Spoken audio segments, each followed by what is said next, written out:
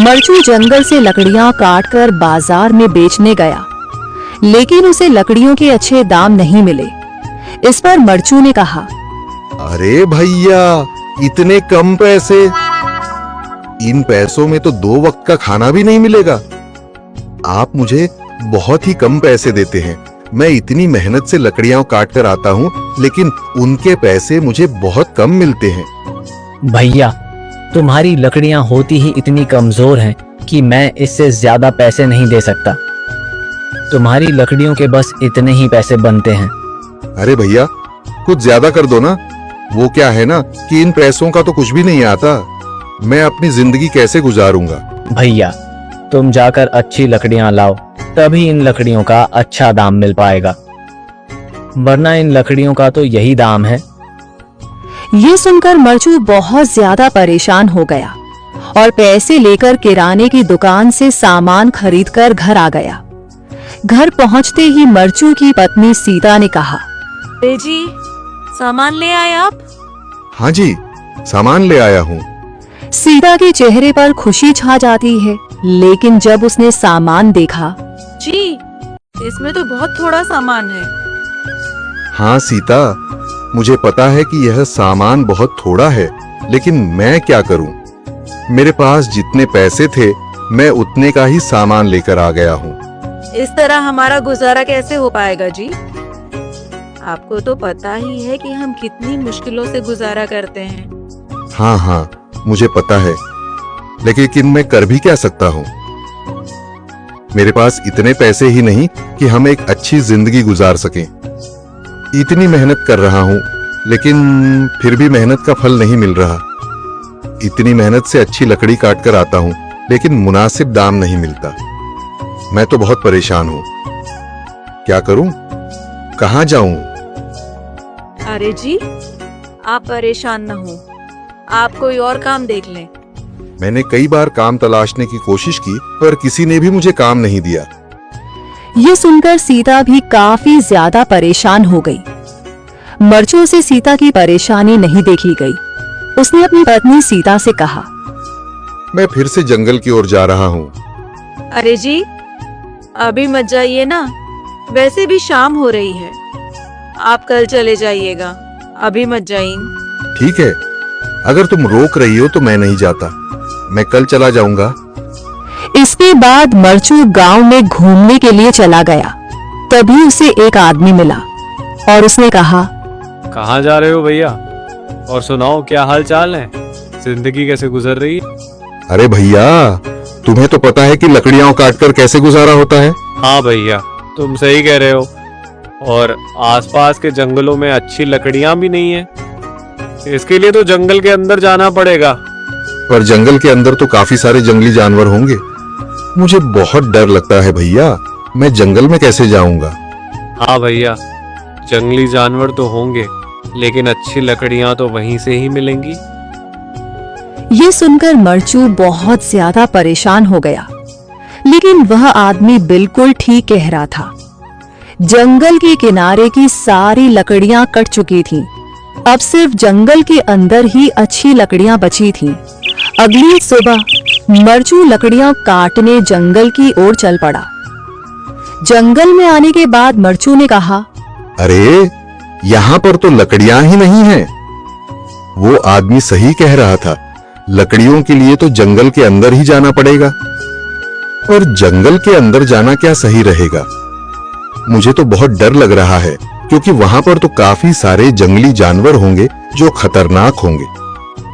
अगर आज मैं जंगल के अंदर नहीं गया तो मैं आज घर पैसे लेकर नहीं जा सकूंगा। और फिर जब पैसे नहीं होंगे तो गुजारा कैसे होगा? मरचू जंगल के बाहर खड़ा सोचता ही रहा और फिर उसने सोचा, अरे, यहाँ पर भी कोई मजबूत पेड़ दिखाई नहीं दे रहा जिससे मैं लकड़ियां काटकर घर ले जा सकूं। लगता है और अंदर जाना पड़ेगा। यही सोचकर मरचू जंगल के अंदर चला गया। अंदर जाने के बाद उसने इधर उधर पेड़ देखे, पर उसे कोई भी अच्छा पेड़ दिखाई नहीं दिया। यह सोचकर मरचू जंगल के और अंदर चला आया। तुम उसी तरह तोते के रूप में भटको। नहीं नहीं, मुझे आजाद करो, वरना मैं तुम्हें छोड़ूंगा नहीं। अब तुम मेरा कुछ भी नहीं बिगाड़ सकते। अब तुम जाओ यहां से और अब से ऐसे ही घूमो। अब तुम्हें पता चलेगा कि दूसरों को दर्द देने में कैसा महसूस होता है। इसके बाद वह राक्षस वहां से उड़ जाता है। मरचू और उसकी पत्नी सीता दोनों खुश हो जाते हैं। मरचू पहले की तरह काम करने लगता है। वह और उसकी पत्नी दोनों खुशी खुशी जिंदगी गुजारने लगते हैं।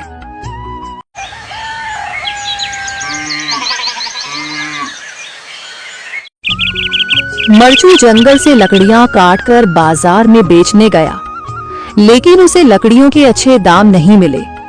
इस पर मरचू ने कहा, अरे भैया, इतने कम पैसे?